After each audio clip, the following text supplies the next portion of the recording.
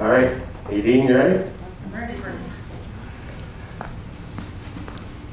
you want me to introduce you? Are you going to say something saucy? Nadine used to tell me where to go a lot. She was a comms officer, and I know it's an old joke, but I love you. I love you too. Oh, weird. She looks after beagles on her spare time. I do. Yes. That's part of my presentation. Don't ruin it.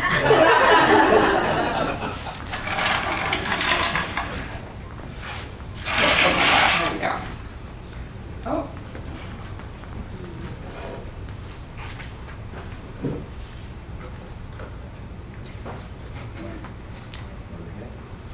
Yeah. There we go. Hello, everybody. Norm, thanks for inviting me. All jokes aside, I love you. You're one of the good ones. There's a lot of good ones. Anyways, just a little bit about me. My name is Nadine. I was born and raised here in Ottawa, basically, and then I recently moved to Newfoundland. But I grew up in the West End, went to Woodruff High School. Like, these are my stomping grounds. I smoked Players Light in high school, and that was, that's part of it. My people are from Bandy and Thurso, Yagi Leclerc. So I got, after university and college, my background is in criminal law, corrections, criminal justice. But after got my corrections degree, I started working at the Shepherds of Good Hope. Worked in a homeless shelter here in Ottawa. So worked in a homeless shelter with my friend here, who I have like some soul sisters who come out to see me today because I just love them. So worked there for a while and then transitioned to the city. Eventually I end up in comms, working at the Ottawa Paramedic Service in dispatch. So, dispatchers are called public safety communicators, they're called dispatchers, called just a whole bunch of different names. I'm just gonna say in comms or in dispatch, you know what I mean. So working my time in comms, and I just feel like what I felt working there, I just thought was just maybe me, maybe it was just like a couple of people I work with, mostly women, and maybe it was the service, maybe it was our platoon that management didn't like, we just didn't know. But flash forward to the future, where I moved to Newfoundland to get my master's to become a researcher, to find out that nationwide, the #1 complaint that dispatchers have in police, fire, and paramedic organizations is that they feel devalued. So that is #1.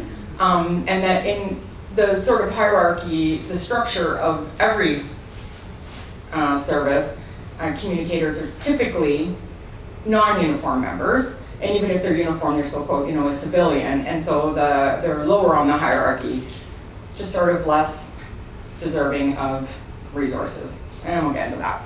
So this is me just sort of having a whole life of just ding, ding, ding, just amazing experience. It was great working in the shelter, worked there for 7 years. I just had a great career and a great time, but then there came a point where I was like, oh no, this can't continue. And after listening to what you said, and I'm like, I'm gonna have to make some edits on some of the words that I've chosen in here. Yeah, because compassion fatigue, I'm like, no, that actually needs to be changed. So yes, thank you for that. Thank you for that. So this is why a lot of us stay.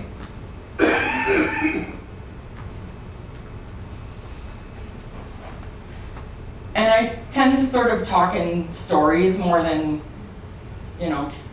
whatever. I just talk a lot in stories. I wave my arms a lot, I click, it's just what I do.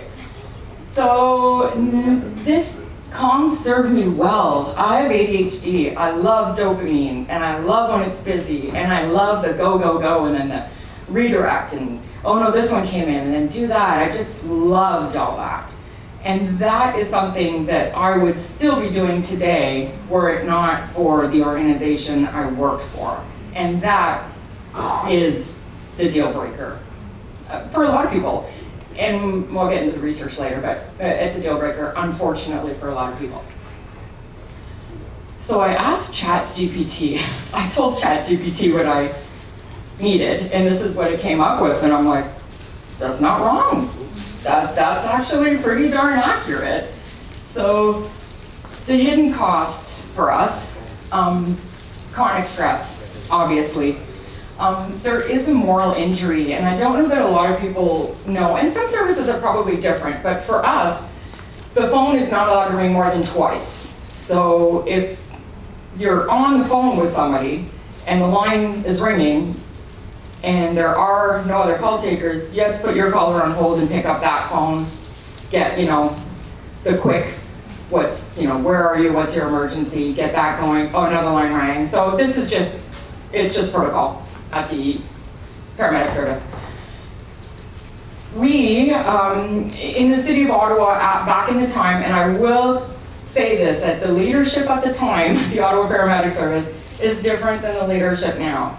I cannot speak to the leadership now, I've been gone for a long time, but at the time, it was not optimal for dispatchers. So, we have the 2-ring rule. The population of Ottawa, with like the calls and stuff, like beep, beep, boop, boop, boop, every platoon should be 12 to 15 people. Our platoon, for my 8 years there, was typically 7 to 9. Right away. Math wasn't my strong suit, but that's wrong. That's bad math. That means most of us aren't getting vacations. And we went years. There'd be like, no, every 3 months you get your vacation denied. No, can't do it. No, your platoon doesn't have enough people. We actually don't have enough people. When are we going to get a vacation, right? You need to help us here. So you have, we have 6 stations. So when there are 6 stations and 7 people on your platoon, that's 1 call taker for a million, population of 1 million.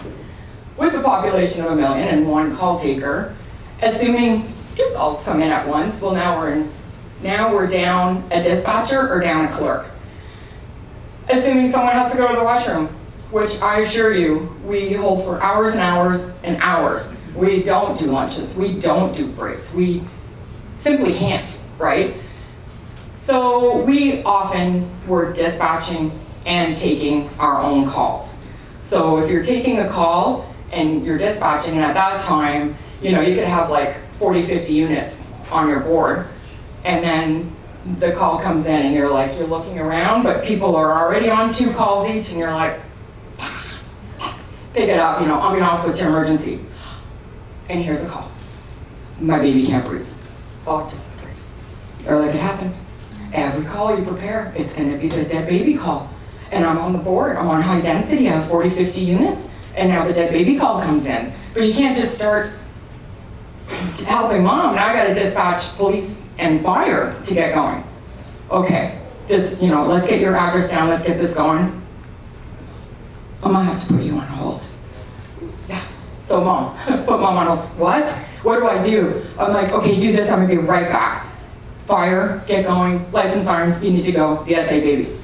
Well, is that a house and apartment? Give a fuck, just go! Figure it out, for Christ's sake! On with 10 suits, call the police, we call police 10 2s.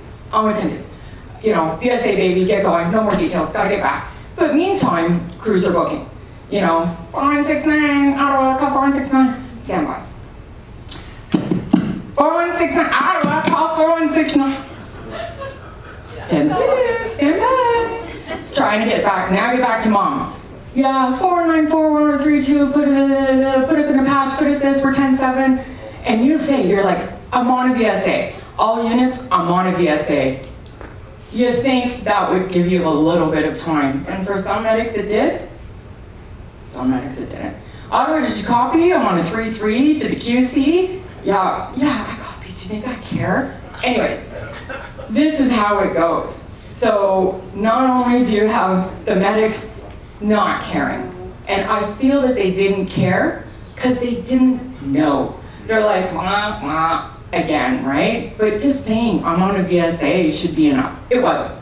So a lot of friction between dispatch and comms in that service that was permitted by the leadership, laughed at by the leadership. And when we complained to our people, like, you know what, it's how it is. You either live with it or you get a job somewhere else. Like, why would I get a job somewhere else? I love this job. Why does he get to call me stupid on the air? Why does he get to walk over when I'm saying that? Why? Why don't we just correct behavior? No, it's not gonna happen. It's not how it works around here. Okay, and nothing makes my ears bleed more than hearing that's not how we do it around here, when it's the right thing to do, right? Anyways, so the moral injury of having to put that mother on hold several times, trying to still dispatch my crews, catching up with everything that they're saying, typing their status while I'm talking to her, and then bing, I see fire call back because they still want to know if it's a house or an apartment. Figure it out. You got some smart people that are going to book 10/7 on scene. How about you go figure it out? Tell me when you know, because I got things going on here. And that is just hour after hour, shift after shift, week, day, month, years after years. Our platoon, I think, once busted up to 11, and then 2 people booked out. We're right back to 9. So we never had the luxury of staffing, always doing the job of more than one person. So the moral injury associated with that is, it's unquantifiable. And this will be changed from compassion, change that. But the organizational dysfunction, I just want to put this in perspective. I'm gonna say again, the leadership then is not the leadership now. But when you're in comms, you talk. And we don't typically get our breaks or our lunches. You talk, constantly taking calls, 2-3 calls at a time, going back, dispatching on the lines with the crew, you know. It's go all day. You get thirsty. So at one point, I think the first year or so, we had, you know, the big jug of water, and you just go in and you put your bottle. We had that. And then one day I go to work and it's gone. So, you know, I'm tied on and I take my water bottle and I'm like, where'd the water bottle go? And then so I go out and I ask the admin, I'm like, where's our water bottle? And she's like, yeah, budget cuts. I'm like, your budget cut our water? What? I go, but you have one. You got, management has a water bottle. Yeah, well, what? I go, but we talk all day. How did we lose water in a budget? Well, we did. And what we had to do from then on is when you were tied into the soup desk or the first call take station, you could stretch out, turn on the water in the bathroom, put your bottle in, but you can have a full bottle. You had to have the smaller size one that would fit in the little sink that got cleaned once a week maybe. So you reached over, you know, while you're talking, you could unplug if there was no calls. But anyways, fill your bottle, get back to your desk, fill your colleague's bottle across the room. So you get that going, right? Fill everybody's bottle. So I was like, we have to get this water bottle back. I became a shop steward. I was lit with this shit because it was over and over. We had to take first aid CPR. Obviously, it's a function of our job, but they're like, we're not paying you to do that. We're like, but it's part of my work. Lifeguards get it, students get it, everybody gets it. How come we can't get paid to get first aid CPR? Well, that's too bad. And I'm like, actually, I think things are gonna change. So I become a shop steward. We do eventually get paid for those first aid CPR courses. Yes. And the comms officers who had to step up and be soups without, and they're like, we're only gonna pay you soup if you do 5 full shifts in a row. So if you got scheduled for 4 soup shifts and your 5th was as a regular comm, you didn't get your soup pay. That's shenanigans, that's bullshit. So that's gonna change. And it did, change to 4 hours. If they're gonna take responsibility, you're gonna pay them to do that. Don't be dicks. Anyways, so that happens. And I will tell you that in the 6 following years, I never succeeded in getting that water back. Never. They never, ever found it in their budget to return water to comms. For us who yak for 12 hours a day, down-staffed as we were, I didn't succeed. But in the new building, they do have it, so yeah. Like reach for the stars. Anyways, so that is that story. So the organization, you know how valued we must have felt when we lost our water and never ever got it back. And all of the rules that are different for comms just seem to have a human element missing. How is it okay to treat people like this? So this is a story. That's like a therapy session for me, thanks guys. So this is a story that people don't believe me. They do believe me, but it's really hard to believe. So we come into work one day, it's a Monday. Now, you gotta know that on Monday mornings, the doctors show up to the nursing homes and they're like, exactly, why is this patient not in the hospital? So bing, bing, bing, everybody's gotta go to the nursing home on a Monday morning, right? It's busy. And we're switching from nights to days, so we're dragging in on a Monday morning. It's not pretty. Nothing's pretty about a Monday morning. We get in, again, 12 to 15 is the platoon ideal. Ours is more 6 to 9 in all those years. Well, we get in, there's Nadine, Annie, who's a full-time colleague, and we have Natasha, the trainee. I was like, you gotta be kidding. We're a city of 1 million, and we have 2.5 people, essentially. We have trainees, right? We gotta dispatch Prescott Russell, we gotta dispatch the counties. What? So, just kind of like the look of shock, like, how are we gonna do this? There are 6 boards, and we're only 3, so now we gotta double up on boards. So, the management and all their wisdom was like, you know what, we're gonna call over the medics, and we're gonna tell them to be nice to you today. Well, holy shit. Are you sure? Does this qualify for be nice to comms day? Does that meet the check mark? Okay, they're gonna be nice to us today. Good looking out. So we're like, well, all right, can you maybe log in the crews then? Because back then you got your roster, you had to log everybody in. Maybe you could just log them in and we'll start taking all these goddamn calls from nursing homes, we'll start dispatching these 60, 70 units and taking all the calls while the trainee dispatches Prescott, Russell, Cornwall, and all the counties. They'll do Eastern Ontario, we'll do high density, Ottawa. Oh yeah, we don't know how to log in crews. Oh my gosh, it's easy. It's just this, oh yeah, we can't. It's just that we can't log into the system, we can't put our OASIS numbers, and I'm like, why? Just use mine. Don't worry about it. Double up on mine. We'll figure it out. No, Rule 46, subsection 4, we can't. It just can't happen. And I'm like, what? Then just leave. Like, what are you doing here? It's aggravating seeing your face. Go.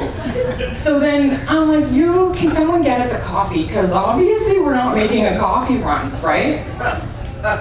Yeah. So we're like, okay, good. Now we did have another crew, Sandra was coming in at 11. That was her shift start. So we're like, okay, can someone call Sandra? See if she can maybe come in a wee bit early.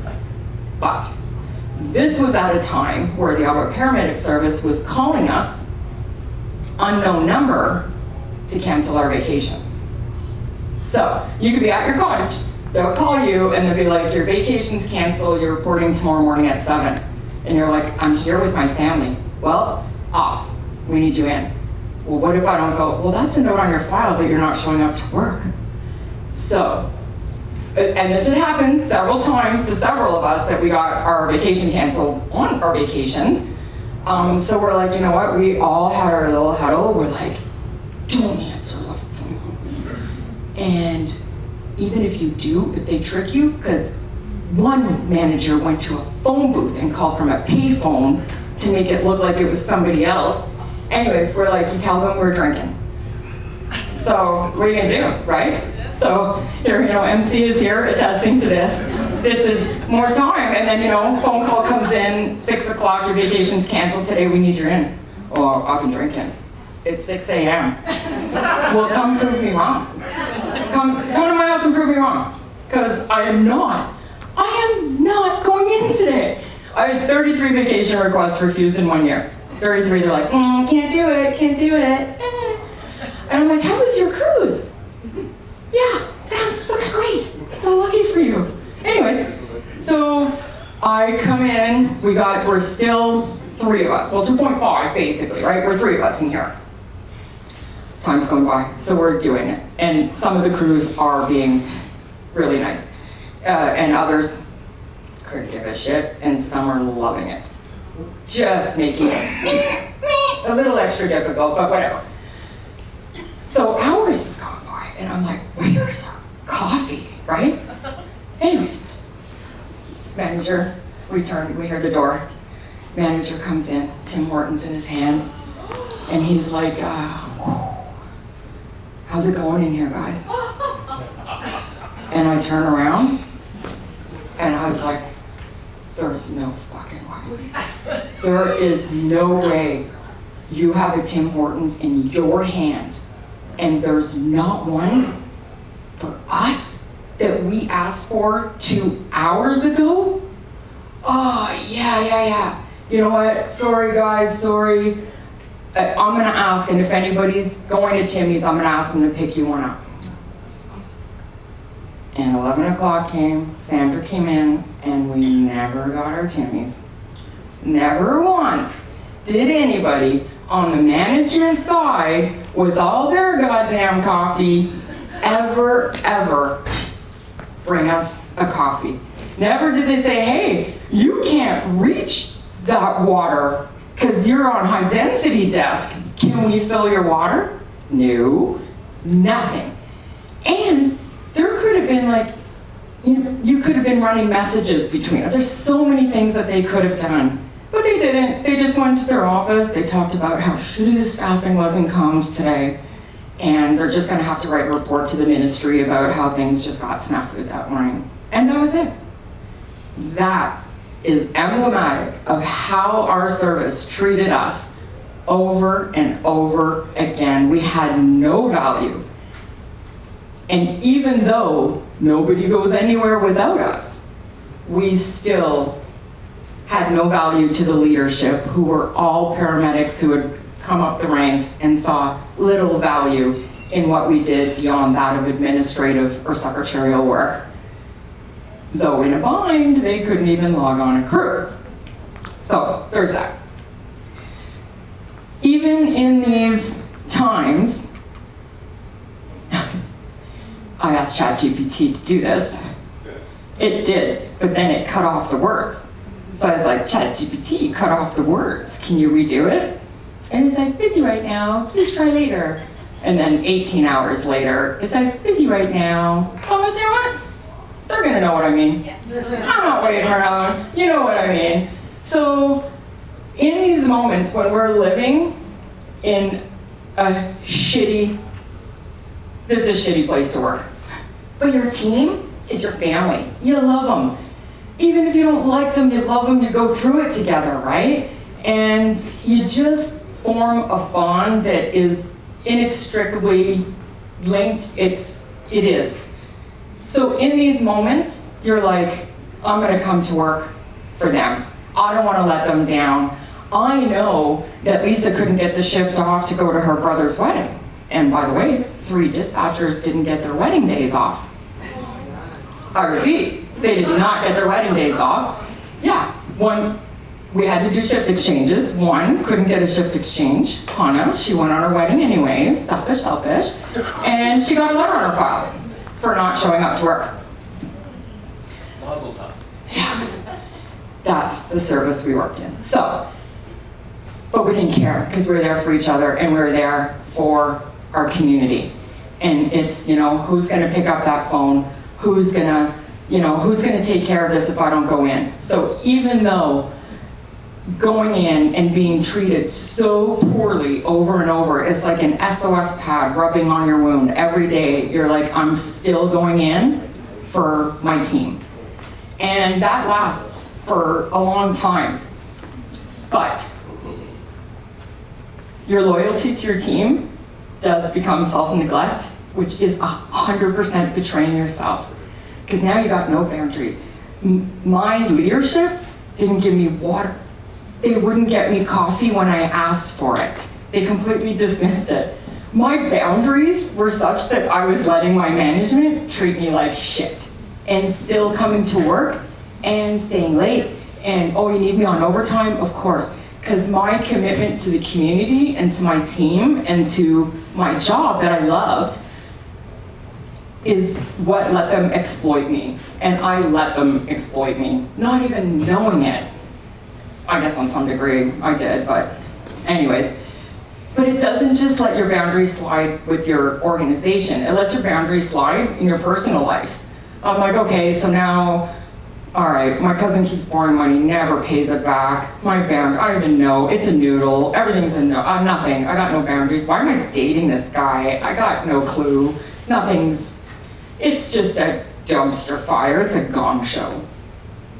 But it was a gong show that I knew, it's a gong show I knew how to navigate, and it just made sense.